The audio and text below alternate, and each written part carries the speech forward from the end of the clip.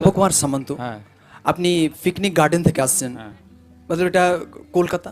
কলকাতায় 39 আপনি 5 মাস প্রার্থনায় আসছেন। 5 মাস। আপনার সাক্ষ্য যে আছে যে আপনি 1991 সাল থেকে কেন্দ্রীয় সরকারের সংস্থা একটা সিভিল ডিপার্টমেন্টে কাজ করতেন, আর ওই কাজে আপনার কিছু প্রবলেম শুরু হয়। আপনি বলুন কি হ্যাঁ, হয়েছিল। প্রবলেম শুরু হয় মানে 2024 থেকে আমাদের আগে সেমি পার্মানেন্টে ছিলাম। 2024 থেকে সিএমডি নতুন সার্কুলার বার করলো যে 11 মাস করে অ্যাপ্রুভাল করে রাখবে। তো 11 মাস হয়ে যাওয়ার পরে ডিসেম্বর মাসে আমাকে ফার্স্ট উইকে 2024-এ ফোন করে জানালো যে আপনার অ্যাপ্রুভাল শেষ, আবার আপনার চাকরির মেয়াদ কী হবে আপনি আবার ব্যবস্থা করুন। তারপরে আমি আস্তে আস্তে করে সব কাগজপত্র নিয়ে ফর্ম ফিল আপ করে জমা দিতে থাকলাম।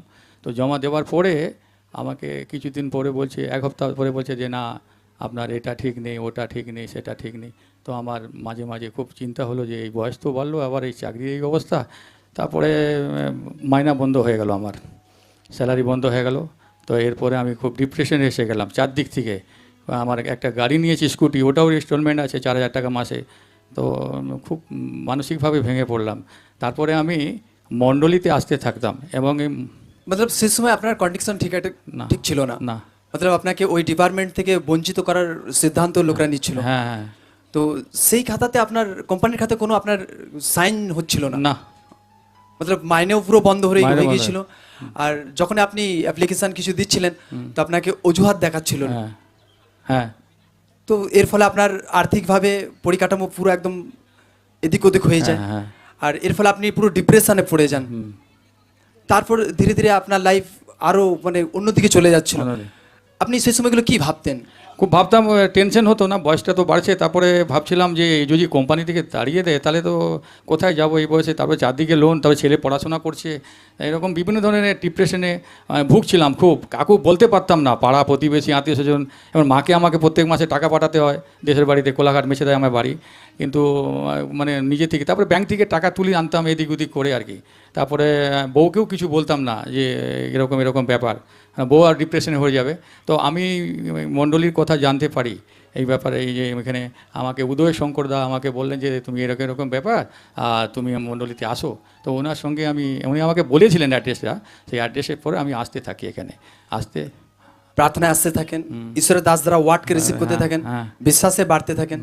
ঈশ্বরের দাস যখন ওয়ার্ড রিলিজ করতেন না সেগুলো শুনতেন, হ্যাঁ। নিজের লাইফে একদম ধরে রাখতেন, হ্যাঁ। আর এইভাবে বিশ্বাসের সহিত প্রার্থনাতে আপনি জুড়ে থাকেন। হ্যাঁ। কিন্তু গত 2/1/2025 তারিখে আপনি প্রার্থনায় আসেন, সেই দিন ঈশ্বরের দাস আপনার জন্য লেহ্যান্ড করে দেন। হ্যাঁ। আসুন এই মুহূর্তে আমরা সেই দিনকার লেহ্যান্ডকে দেখি। तेरे नाम से मिलती है मुक्ति, तेरे नाम से मिलती है शांति।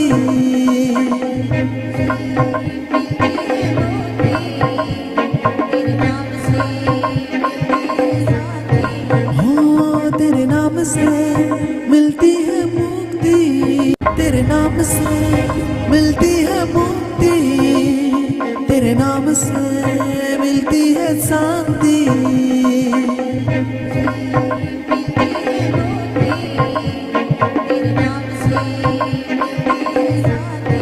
हो तेरे नाम से मिलती है मुक्ति। সেই দিন যখন ঈশ্বরের দাস আপনার মাথায় রেখে হাত হাত দিয়ে প্রার্থনা করে দেন, তারপর কি হয়? তারপরে একটা কী রকম একটা গরম ভাব বেরিয়ে গেলো, আর হালকা হলো। ডিপ্রেশনটা এত ছিল, আমি কাকু বলি না, ও হালকা মানে মনে ভিতরটা খুব ফুর্তি এসে গেল। তারপরে বাড়িতে গেলাম, তারপরে চিন্তা করলাম না, জানি তো আমি জয় হবই। কিন্তু পরে অফিসে যখন যেতাম কেউ না কেউ বলতো তোমার বোল্ট আউট হয়ে গেছো, সব এক এক করে পড়ছে, তুমিও বাড়ি চলে যাও, আর এবার গেল আর তোমার চাকরি। তো আমি আবার বেরিয়ে এসে মণ্ডলীতে ফোন করতাম, দাদা এরকম এরকম ব্যাপার, এরকম এরকম। বলো না তোমার টেনশন করার দরকার নেই, তুমি মণ্ডলীতে ফোন করেছো, প্রার্থনা করছো, তুমি একদম ঈশ্বরের উপরে ছেড়ে দাও। তখন আমি এগুলো চিন্তা করতাম যে এত সাক্ষ্য দিচ্ছে, আমার হবে না, আমি 100% হব। তো এইগুলো আমার খুব মানে ছিল আর কি।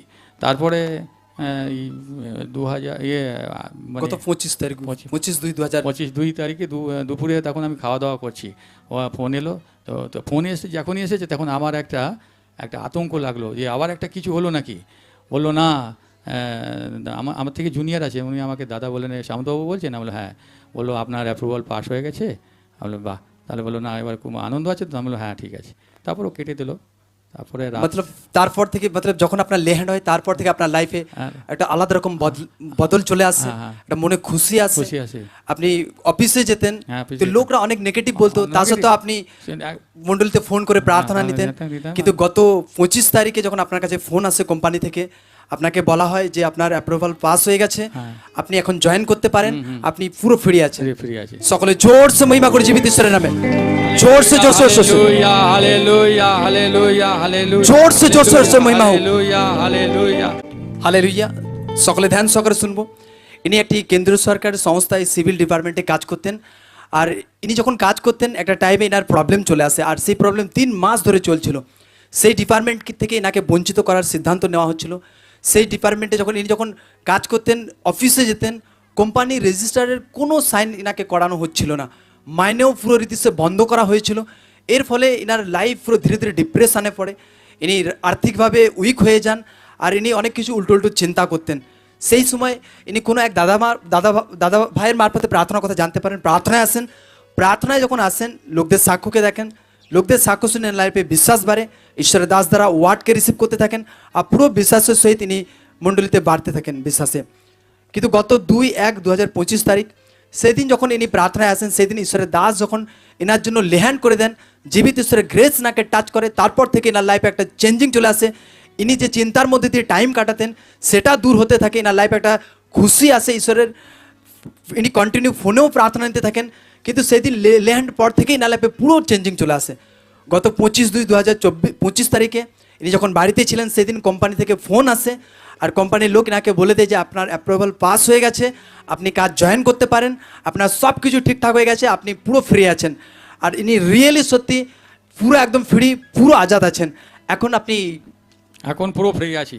পুরো ফ্রি আছেন। ওই দিন রাত্রিবেলা আমাকে 11:05 অ্যাকাউন্টস অফিসার ফোন করে বললো যে আপনার স্যালারি ঢুকেছে। তো আমি তো ঘুমিয়ে গেছিলাম, দেখলাম মেসেজে স্যালারি ঢুকে গেছে।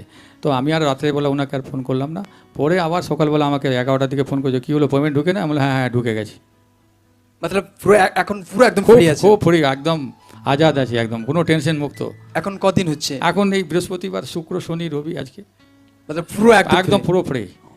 বহুত বড় ব্লেসিং আপনি একদম পেয়েছেন। ব্যাপার। তো এই বিষয়ে আপনি লোকদের কি বলতে চান? সবাইকে বলবো যে এই জীবিত মণ্ডলীতে আসুক। আমি যেরকম হতাশ হয়ে গেছিলাম, কিন্তু এই জীবিত মণ্ডলীতে আসার পর থেকে আমি আস্তে আস্তে করে নিজেকে এত ডেভেলপ করেছি যে আপনারা নিশ্চিন্তে আসুন, এখানে এলে কেউ ফিরে যাবে না। সবাই কাজ এবং যা প্রবলেম, যার কিছু প্রবলেম নিয়ে আসুক, সবাই সাকসেস হয়ে যাবে। কারণ প্রভু জীবিত ঈশ্বর, প্রভু মহান ঈশ্বর। আরেকটি বার হাতকে উঠায়, আর এই বিগ ব্লেসিং এর জন্য সকলে জোর সে মহিমা করি, জোর সে জোর সে হালেলুয়া হালেলুয়া জোর সে মহিমা হোক, হালেলুয়া জোর সে জোর সে